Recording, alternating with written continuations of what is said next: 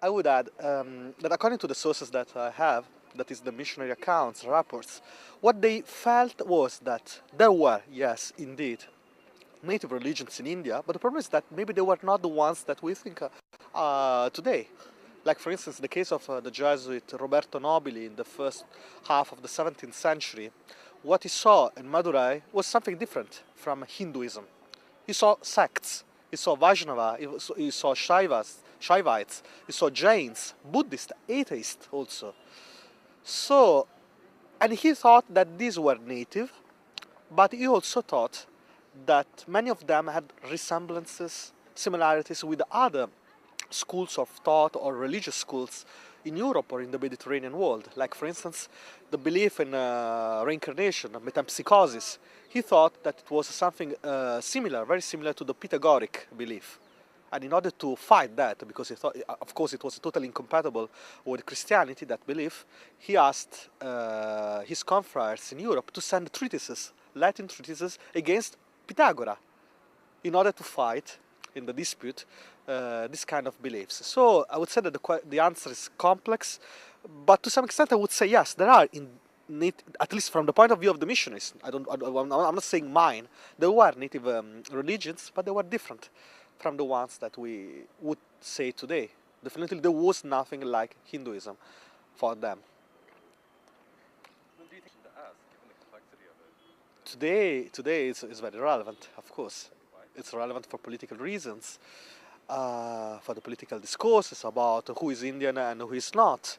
There are, of course, political sectors who are willing to say that being Indian is being Hindu, and if you're not Hindu, you're not Indian. So it is very relevant. The problem is that it is also constructed. It is ideological. So scholarly, could we say that we can address the problem from a pure scholarly point of view? And I'm not sure about that, because whatever is our scientific gaze is always predetermined by political reasons, either progressive, conservative, whatever. So there is always an agenda of some kind. But definitely is relevant. I wouldn't say that it's something that we can stop speaking about. There are some interesting features of this conference, also comparing with others I have been able to attend in the past.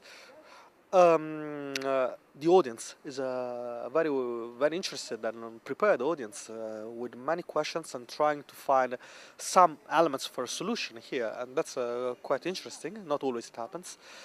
And the quality of the speakers, the fact that there is a conspicuous number of European scholars and young scholars, that's most interesting, coming from Belgium, for instance, and not only, together with a wide range of Indian scholars on almost all kind of subjects, not only religious studies, history, anthropology, ethnography, but I've been speaking with experts of ecology, psychology, and so on. I think this is a very interesting and stimulating way of addressing this kind of issues.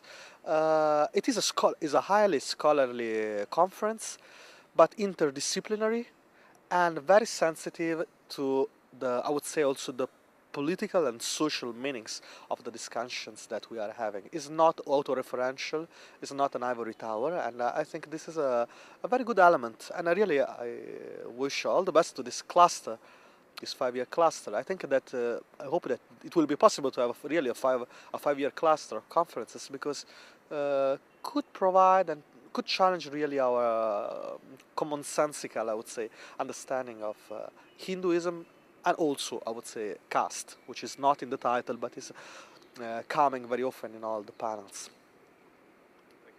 Thank you.